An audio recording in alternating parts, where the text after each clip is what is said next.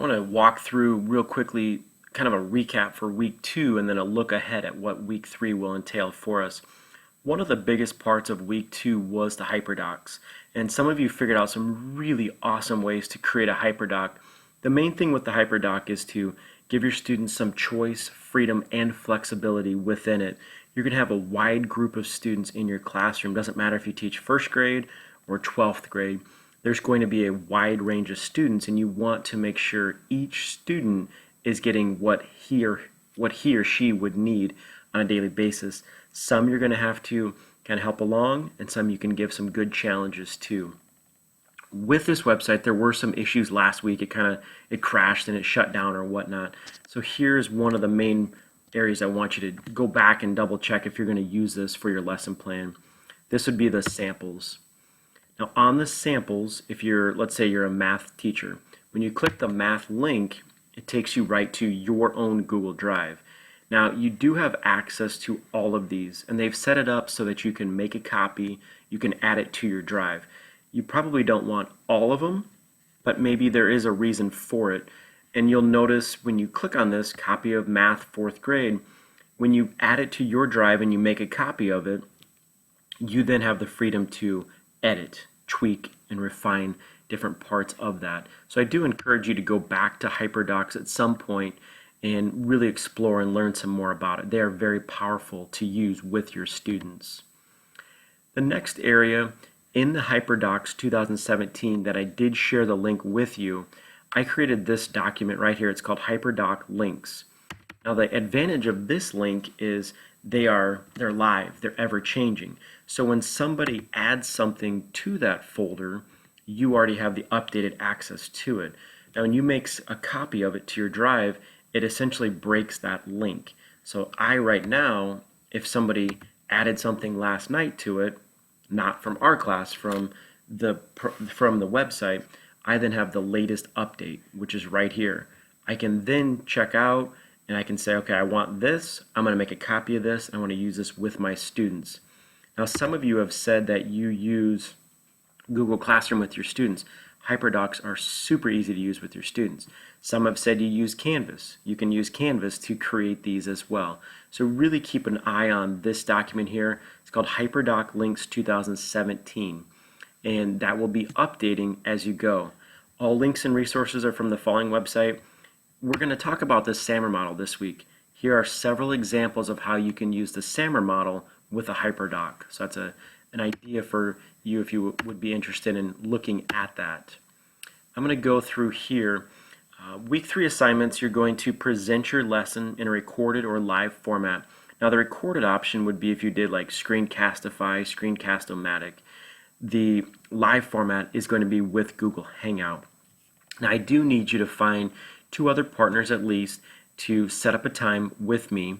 Please get that time figured out and then send me an email to make sure that it works. And there is a document that is going to be where you're going to fill out, and I will put that link in the email as well. Number 2, you're going to watch a couple of TEDx videos with the idea of rethinking our educational system. It could be coding, it could be programming. Now, being a computer science teacher, I feel like coding is a very powerful piece that you can add into your classroom. Now, coding doesn't necessarily just mean, okay, my students finished early, go code. You can work that into what you do on a daily basis. Now, that one is going to look just like this. So you all are going to receive a document that says Week 3 Reflection 2017 with your name on it. There's 2 parts to it, and I want you to do both on the same document. As we've done the last couple weeks, please highlight the sentence when both reflections are done. That just makes it really easy for me when I'm checking through to know that you are finished and I can check through it. Both of these should be more than just a paragraph. Now, when we set up the syllabus, it doesn't say 3 paragraphs or 4 paragraphs or 3 pages or whatever, and I don't want that. But 1 paragraph is usually not sufficient enough when you think about a true reflection. If I'm going to reflect over 2 videos that I watched, each video is approximately 10 minutes long, I need more than just 1 paragraph. I'm thinking about the video and how it connects directly to my students and what I'm going to push forward with them. The second part down here, and I want you to put this on the same document, is the SAMR model. Some of you are aware of the SAMR model, and some of you might not be aware of it. So please take some time this week to explore the SAMR model page. That's the link back to our website, and really dive into what are you currently doing with technology. Are you using tech just to use it, or are you using it to enhance different lessons? The SAMR model does a fantastic job of trying to lay out the different levels of integrating technology in your classroom. Please do not feel badly if you're at that substitution level and that's it. That's what the purpose of this class is to keep pushing you forward. Your second part, I'm going to go right back here, is going to be, or excuse me, step number 3 is going to be to reflect on some new websites. I don't want this to be, hey, I've used IXL for the past 4 years. Here's the website. I want you to find new websites. And there are a bunch on this week 3 page. And some of these you may have used before. Some of these you may have not used. So take some time, dive into these. And I also did come up with some different links for you here.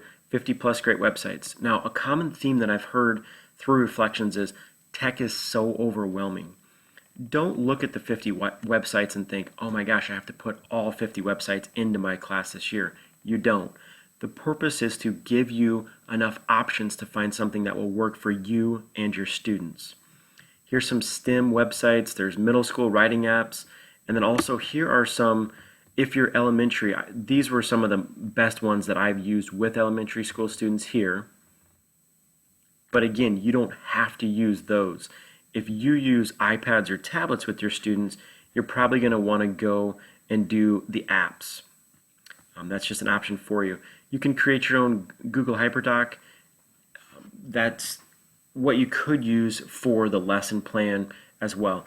That doesn't mean it's an additional HyperDoc. It just means part of your lesson plan, you could make a HyperDoc.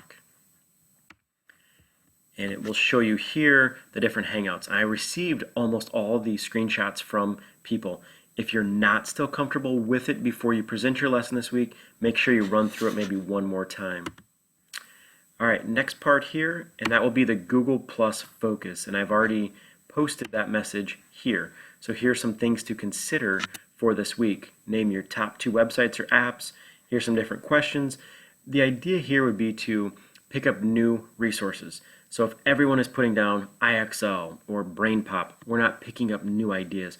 So try to find something very unique that others would enjoy as well. Next part here is it's connecting back, and the connection back is the SAMR model page. That's the other reflection that we've already gone over.